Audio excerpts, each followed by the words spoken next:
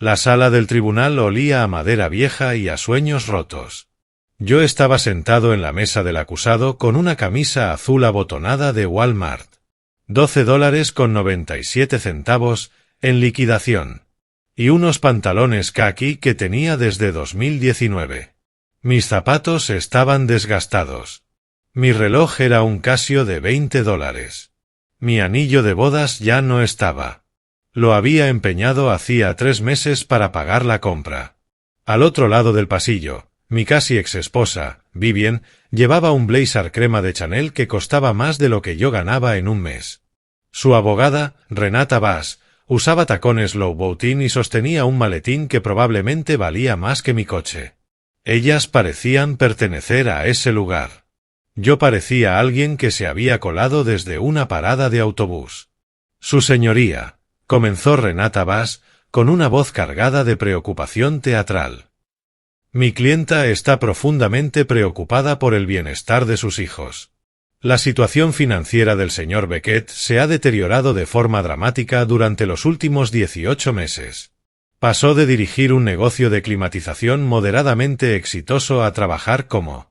Hizo una pausa, miró sus notas con incredulidad exagerada. Conserje en una escuela secundaria.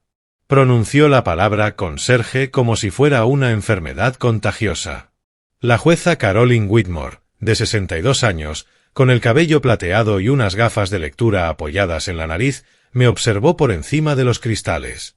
Su expresión era neutral, pero yo había estado en suficientes salas como para saber cuando alguien ya había tomado una decisión. ¿Es correcto, señor Beckett? Mi abogado, Miles Finch, se puso de pie. Tenía 39 años. Llevaba mi caso de manera gratuita porque habíamos ido juntos al instituto, y era el único abogado del condado que creía que yo no era un irresponsable. Su señoría, la situación laboral actual de mi cliente es temporal. Él está reconstruyendo su empresa y... ¿Reconstruyendo? Interrumpió Renata con una risa seca. Su señoría, este hombre se declaró en bancarrota hace 8 meses. Su puntuación crediticia está en los 400. Vive en un estudio encima de una lavandería. Se giró hacia mí, dejando que su mirada recorriera mi camisa de liquidación y mis zapatos gastados. Ni siquiera puede permitirse un traje decente para una audiencia de custodia. ¿Cómo se supone que va a pagar comida, ropa, cuotas escolares o atención médica para 2 niños en pleno crecimiento? Quise responder. Quise explicar que la razón por la que estaba arruinado estaba sentada frente a mí, envuelta en Chanel, sonriendo como un gato que ya se había comido al canario. Pero había aprendido algo en los últimos 2 años. La verdad no importa cuando la otra parte tiene mejores abogados. Su señoría, continuó Renata. Mi clienta gana $180.000 al año como agente inmobiliaria de lujo. Es propietaria de una vivienda de 4 dormitorios en Willow Creek, completamente pagada. Conduce un Mercedes. Puede ofrecer estabilidad, oportunidades y un futuro para Iris y Owen. El señor Beckett puede ofrecer. Hizo un gesto vago hacia mi ropa. Eso. Alguien en la galería soltó una risita burlona. Yo mantuve la mirada al frente. Las manos entrelazadas sobre la mesa. Las lágrimas contenidas tras un muro que llevaba construyendo desde el día en que Vivian pidió el divorcio y mi vida entera se vino abajo. Mis hijos estaban sentados al fondo de la sala junto a una supervisora designada por el tribunal. Iris, de 7 años. Owen, de 5. Lo estaban viendo todo. Lo estaban oyendo todo. Escuchaban como una desconocida con zapatos carísimos explicaba por qué su padre no valía nada. Señor Finch, dijo la jueza Whitmore. ¿Su cliente desea responder? Miles me miró. En sus ojos vi la derrota. Habíamos preparado aquella audiencia durante semanas, pero no teníamos nada. Ni pruebas. Ni testigos. Ni munición. Solo mi palabra contra la riqueza de Vivian. Me puse de pie lentamente. Su señoría, yo amo a mis hijos. He sido su principal cuidador durante la mayor parte de sus vidas, mientras Vivian construía su carrera. Entrené al equipo de teebol de Iris. Me quedaba despierto con Owen cuando tenía pesadillas. Conozco sus comidas favoritas, los nombres de sus profesores, sus miedos y sus sueños. Hice una pausa. Tragué saliva. Sé que ahora no parezco gran cosa. Sé que mi cuenta bancaria dice que soy un fracaso. Pero no soy un mal padre. Solo, han sido años muy duros. Renata Vaz sonrió. Aquella sonrisa fría, calculadora, depredadora. ¿Años duros? Repitió. Su señoría, todos tenemos años difíciles. Pero no todos pierden su negocio, su casa, su crédito y su dignidad en 18 meses. Los años duros del señor Beckett no son una mala racha. Son un patrón de fracaso. La jueza Whitmore asintió despacio mientras escribía algo en su libreta. Yo sabía lo que estaba escribiendo. Podía sentir la decisión formándose en el aire como una nube de tormenta. Iba a perder a mis hijos. Su señoría, dijo Renata.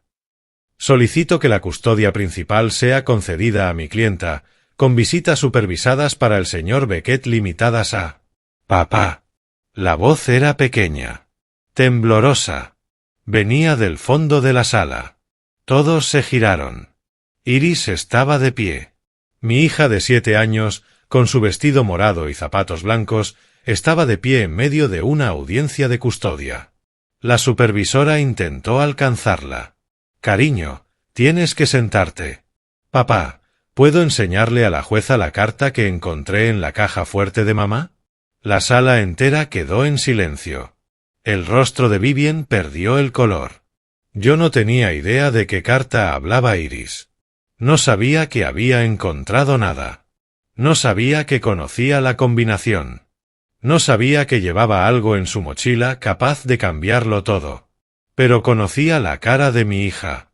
Y sabía que decía la verdad. Jovencita, dijo la jueza Whitmore con una suavidad inesperada. ¿Qué carta mencionas?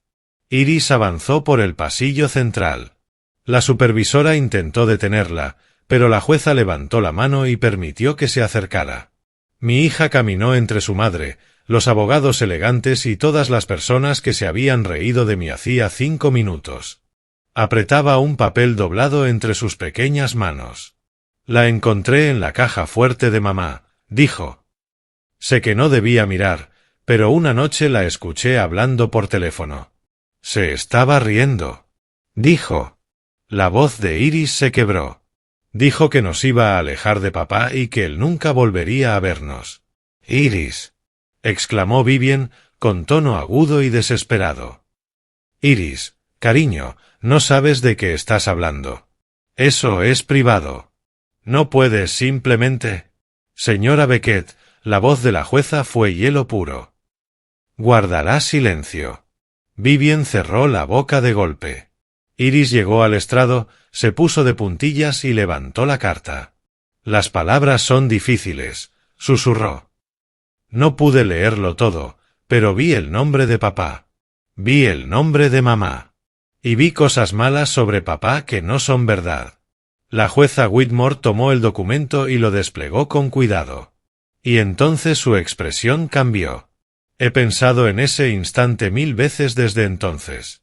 La forma en que sus ojos recorrieron la página. Cómo se tensó su mandíbula. Cómo levantó la mirada lentamente. Primero hacia Vivien. Después hacia Renata Vaz. Y finalmente hacia mí. Abogada, dijo con voz grave. ¿Tenía conocimiento de este documento? Renata se puso de pie. Por primera vez desde que la conocía, parecía insegura. Su señoría, no tengo idea de qué es eso. Esta carta, interrumpió la jueza Whitmore, está fechada el 15 de enero de 2024. Está dirigida a su clienta. Y sigue firmada por un hombre llamado Garrett Sinclair. La jueza Whitmore levantó la vista. Señora Beckett, ¿conoce a un tal Garrett Sinclair? Vivien no respondió. No hacía falta. El color que se le iba del rostro lo decía todo. Esta carta, continuó la jueza Whitmore, contiene afirmaciones muy preocupantes. Permítanme leer algunos fragmentos para que consten en acta. Se aclaró la garganta. Mi querida Vivien, todo avanza tal como lo planeamos. Una vez el divorcio sea definitivo y tengas la custodia, seguiremos adelante con el plan de Portugal.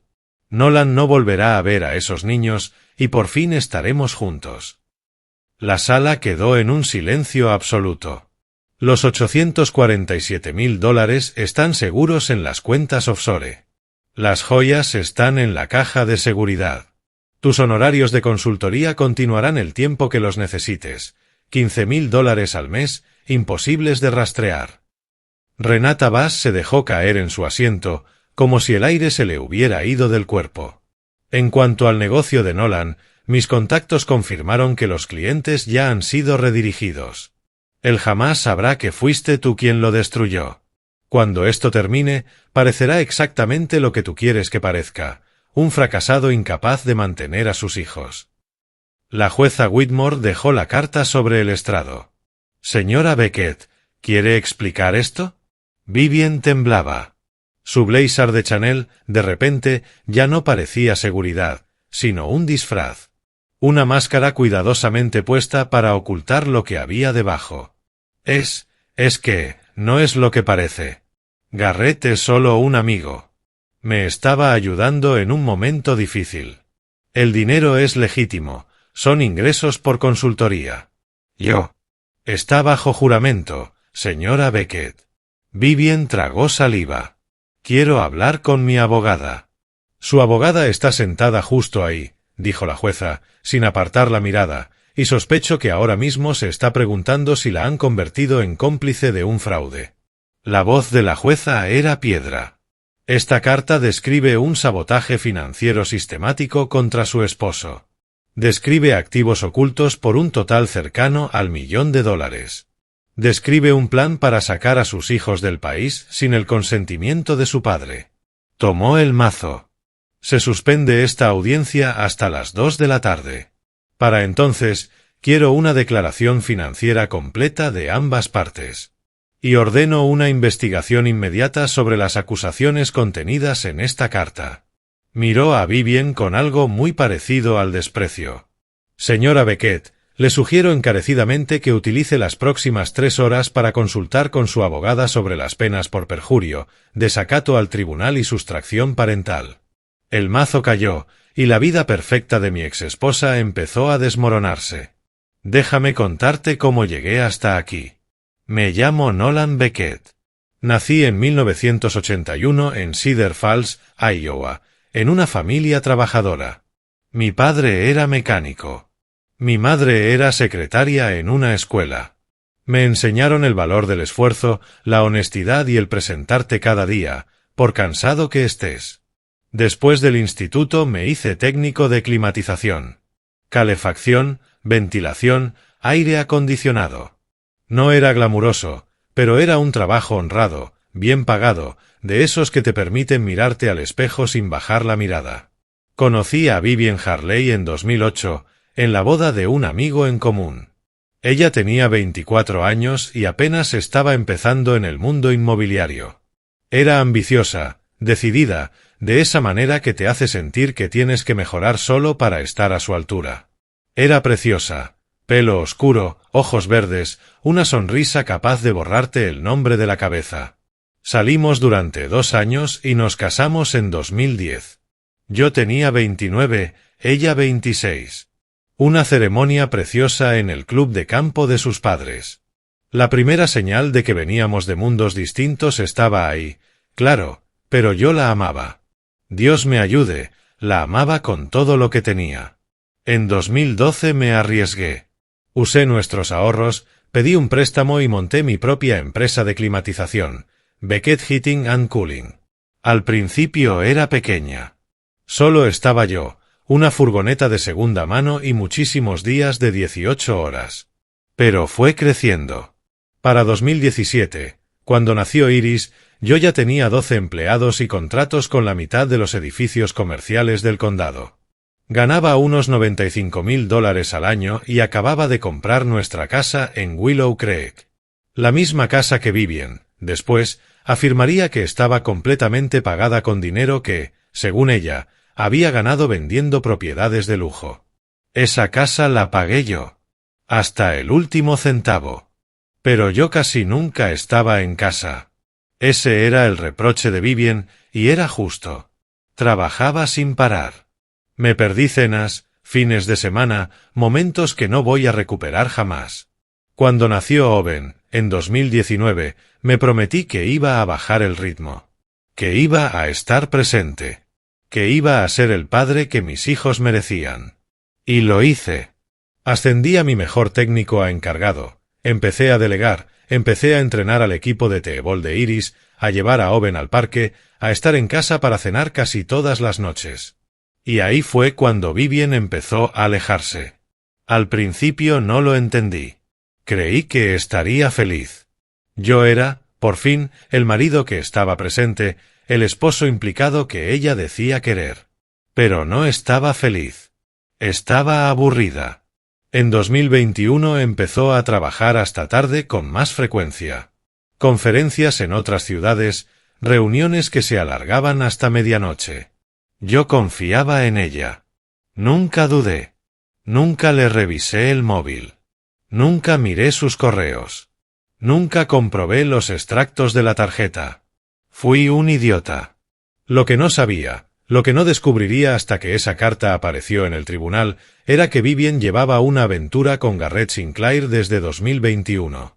Durante 3 años. Mientras yo entrenaba teebol y hacía tortitas los domingos por la mañana, mi esposa se acostaba con un inversor casado y planificaba mi destrucción.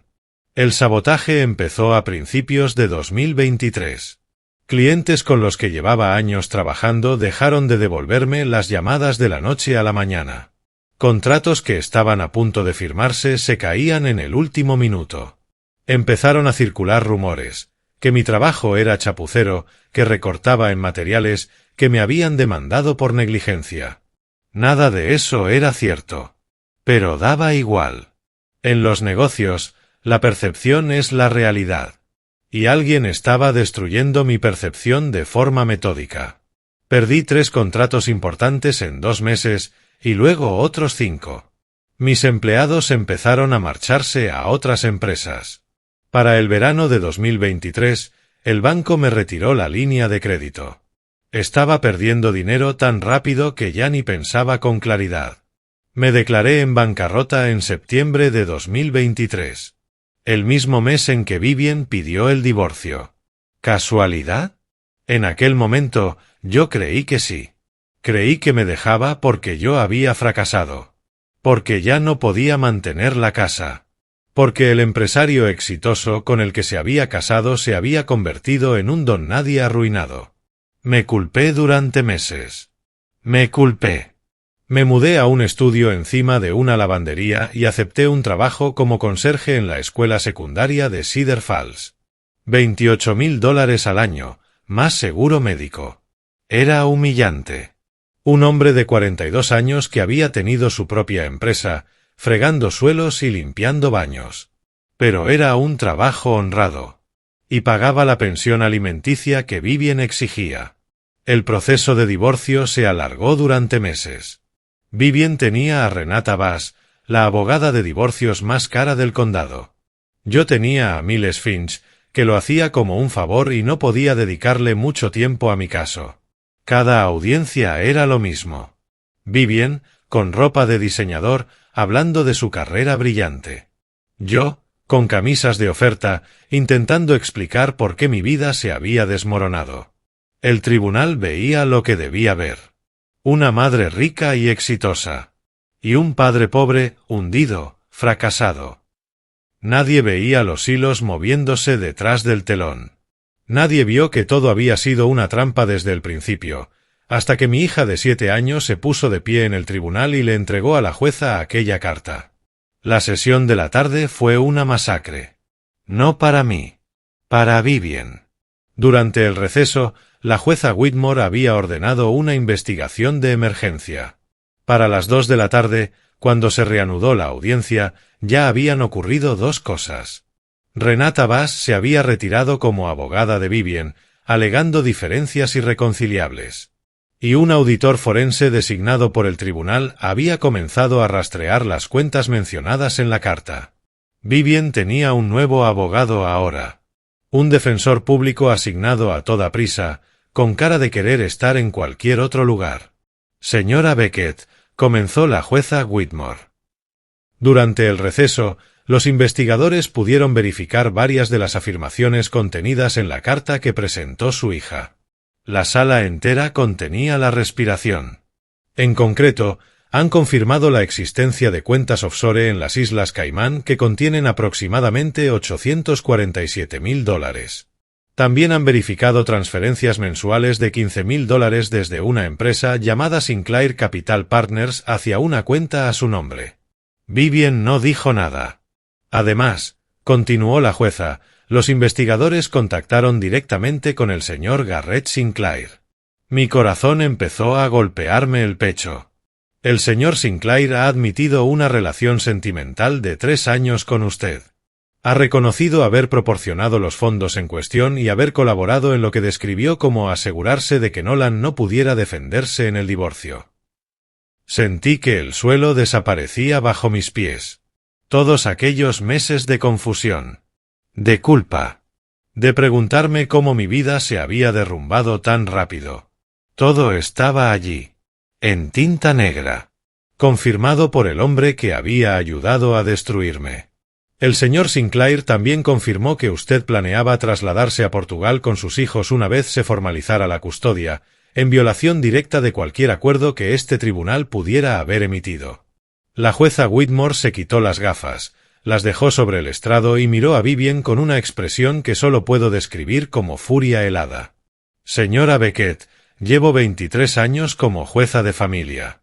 He visto a padres mentir sobre ingresos, sobre infidelidades, sobre consumo de drogas, pero jamás había visto algo tan calculado y cruel como lo que usted ha hecho.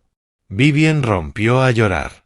Ya había visto esas lágrimas antes. Eran armas. Las activaba cada vez que necesitaba compasión.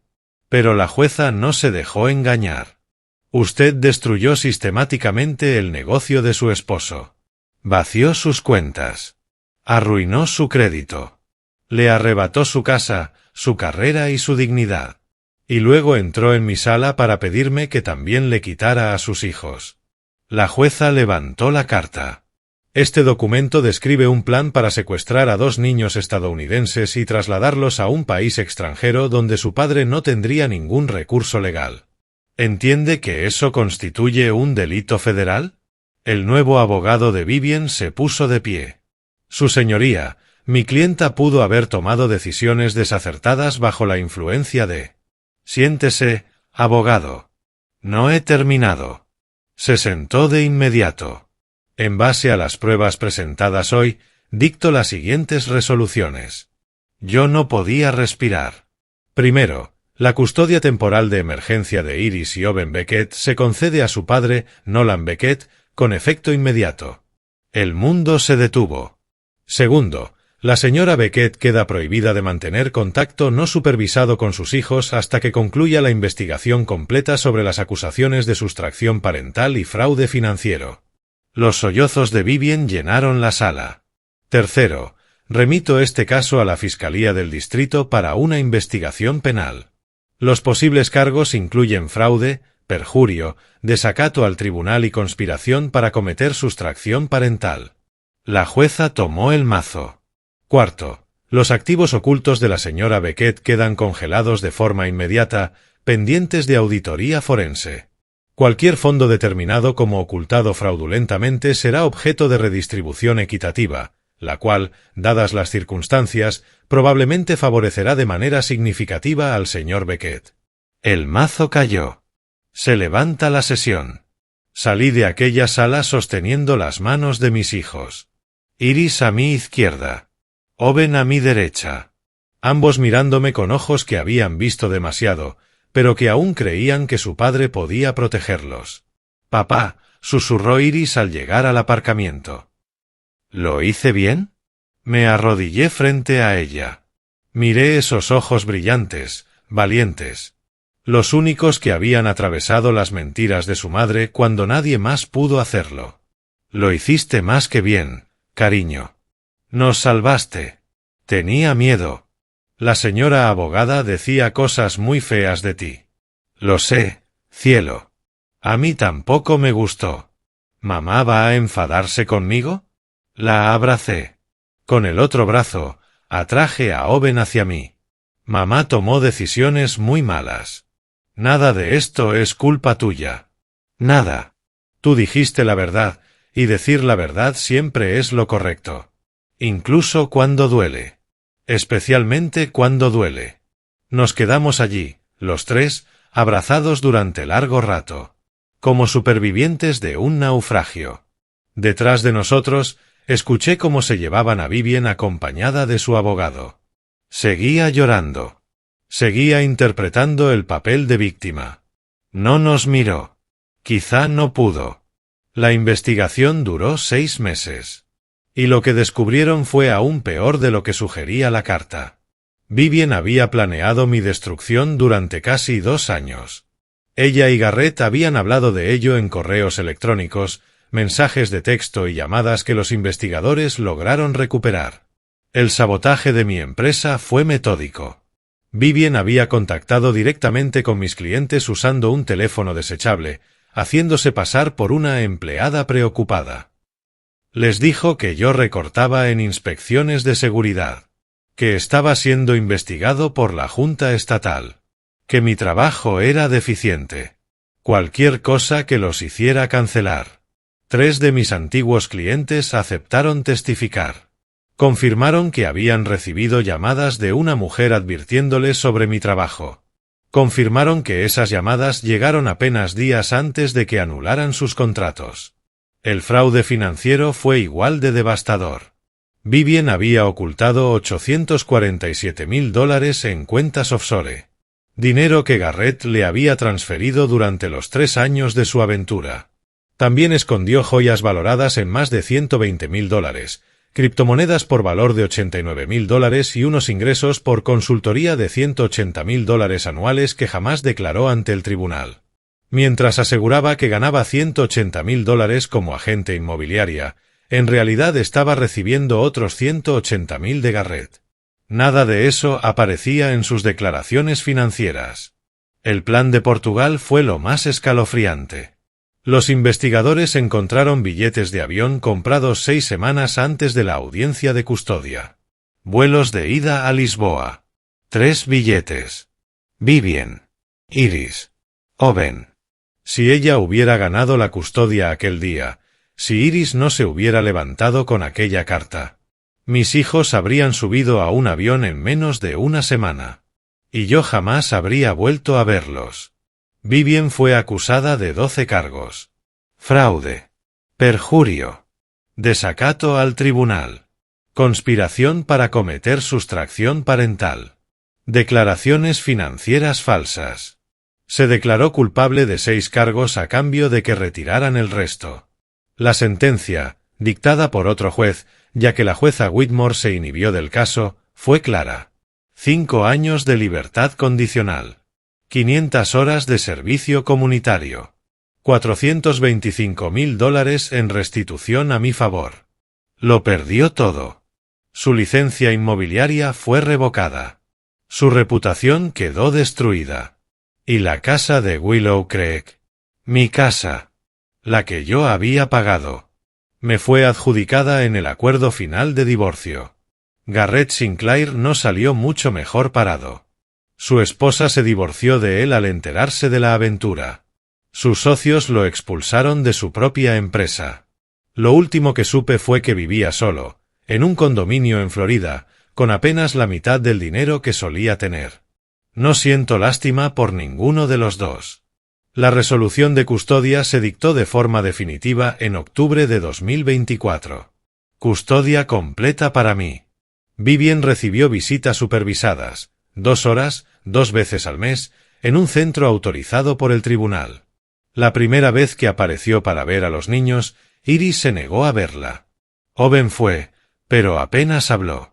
Se quedó sentado en silencio mientras su madre lloraba, Pedía perdón y prometía que iba a cambiar. Dejó de ir después de 3 meses. No los obligué. La jueza Whitmore, con quien todavía coincidía a veces en el supermercado, me dijo algo que nunca olvidaré. Los niños saben cuando han sido traicionados. No puedes forzarlos a perdonar. Solo puedes darles tiempo. Han pasado 2 años desde aquel día en el tribunal. Ahora tengo 45 años. Vivo en la casa de Willow Creek, mi casa, por fin, junto a Iris y Owen. Ya no soy conserje. 6 meses después de la audiencia, utilicé el dinero de la restitución para reabrir mi empresa. Beckett Heating and Cooling, versión 2.0. Más pequeña que antes, pero creciendo. Tengo 4 empleados, 2 furgonetas y una reputación que he ido reconstruyendo poco a poco. Los clientes que cancelaron contratos por culpa de las mentiras de Vivien empezaron a volver. Algunos se disculparon. Otros me ofrecieron nuevos trabajos para compensar lo ocurrido. Ahora gano $72,000 al año. No es lo que solía ganar, pero es suficiente. Más que suficiente. Mi puntuación crediticia volvió a situarse por encima de los 700. Conduzco una camioneta que apenas tiene 3 años. Voy a la iglesia los domingos con traje. No son trajes caros, pero son buenos. De los que te quedan bien. Y ya no compro en Walmart.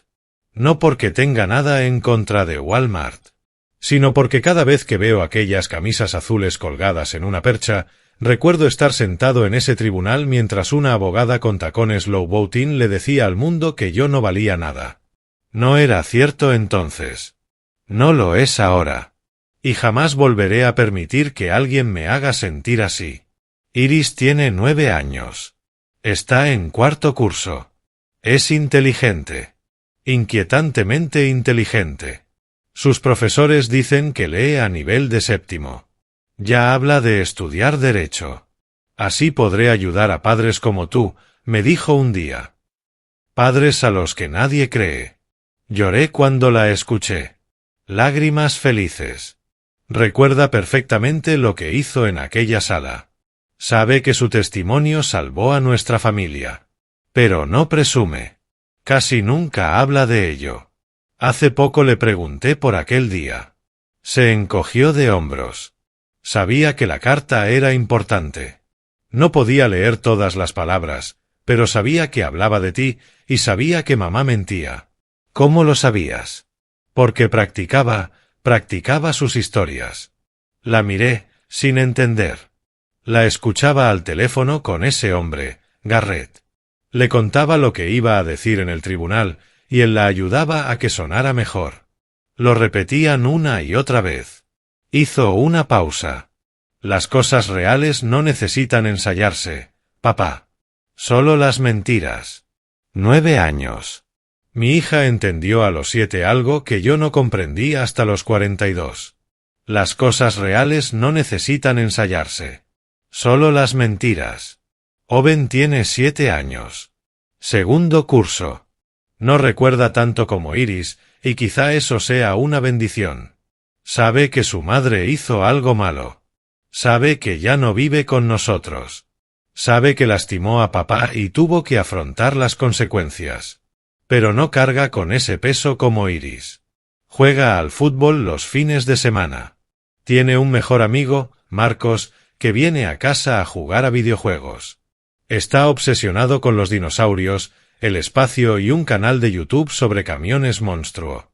Cosas normales de niños. La vida normal que siempre quise para él.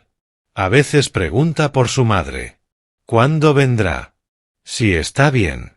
Si todavía lo quiere.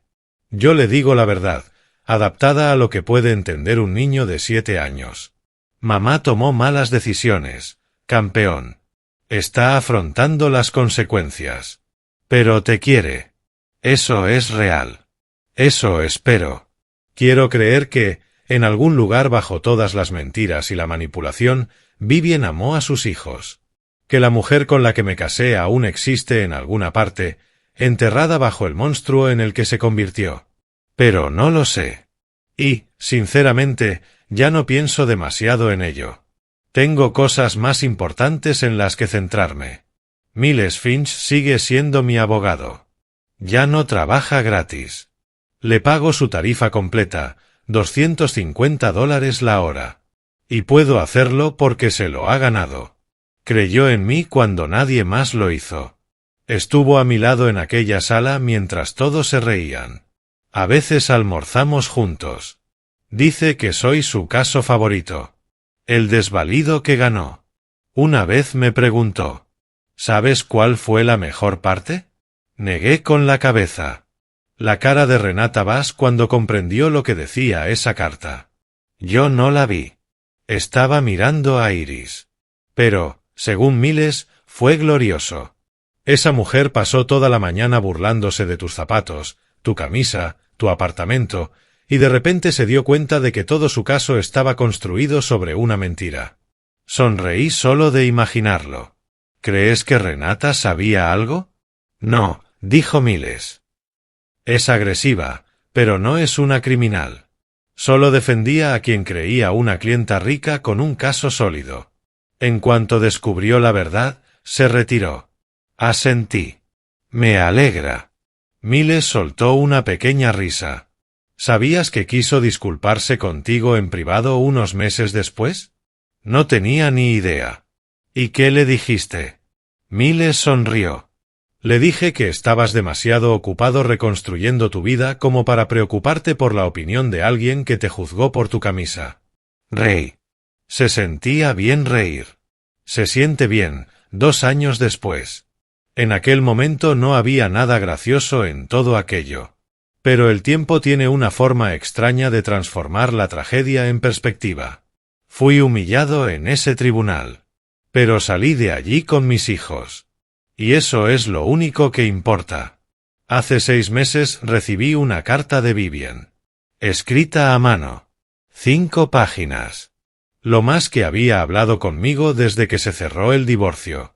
Era algo parecido a una disculpa. Pedía perdón por cómo ocurrieron las cosas. Por cualquier dolor que pudiera haber causado. Por decisiones que parecían correctas en su momento. Pero no se disculpó por sabotear mi negocio. Ni por ocultar casi $1 millón. Ni por planear llevarse a nuestros hijos a Portugal. Pidió perdón por cómo ocurrieron las cosas, como si hubiera sido un desastre natural. Típico de Vivian. No respondí.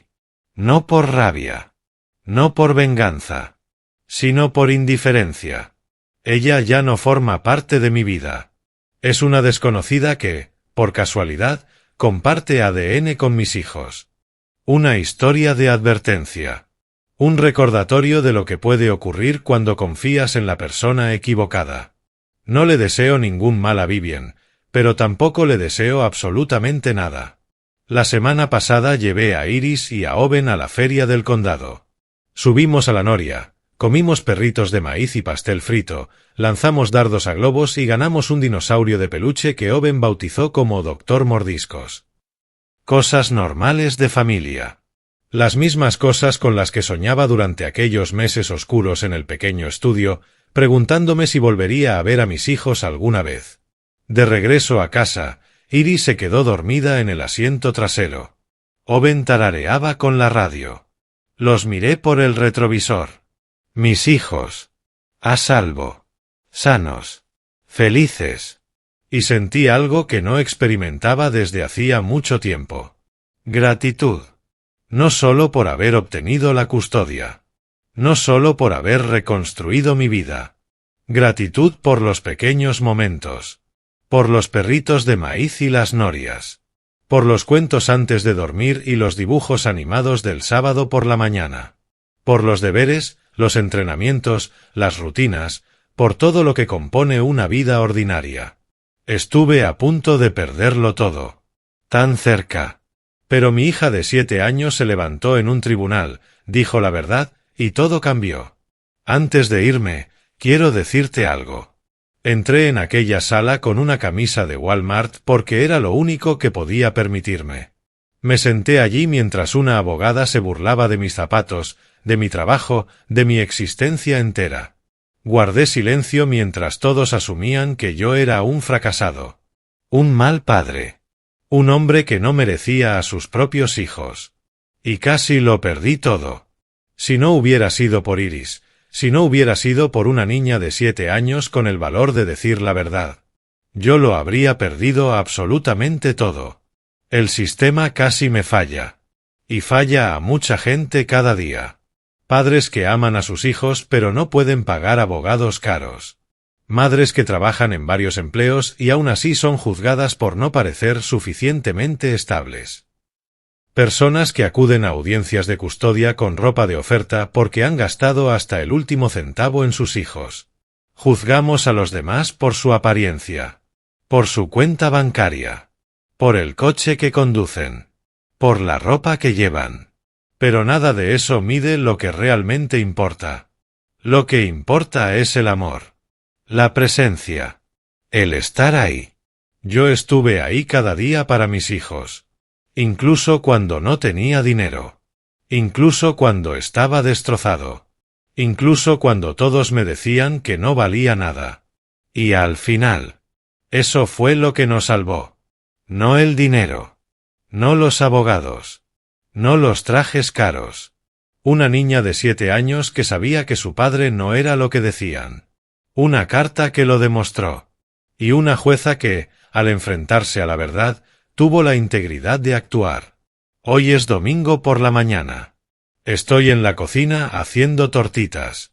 Iris está sentada a la mesa, leyendo un libro. Owen juega en el suelo, haciendo que el doctor Mordiscos luche contra un ejército de piezas de Lego. La casa huele a sirope de arce y café. La luz del sol entra por las ventanas. Las mismas ventanas que instalé yo mismo hace 10 años. Cuando pensaba que mi mayor preocupación era si debía ampliar el negocio. La vida es distinta ahora. Más tranquila. Más sencilla en algunos aspectos, más grande en otros. No tengo tanto dinero como antes. No tengo el mismo estatus. Pero tengo algo mejor. Tengo a mis hijos. Tengo mi conciencia tranquila.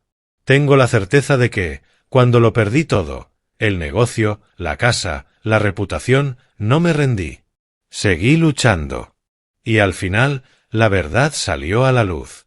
No porque el sistema funcionara perfectamente, sino porque mi hija fue valiente. Porque creyó en mí cuando nadie más lo hizo. Iris levantó la vista de su libro.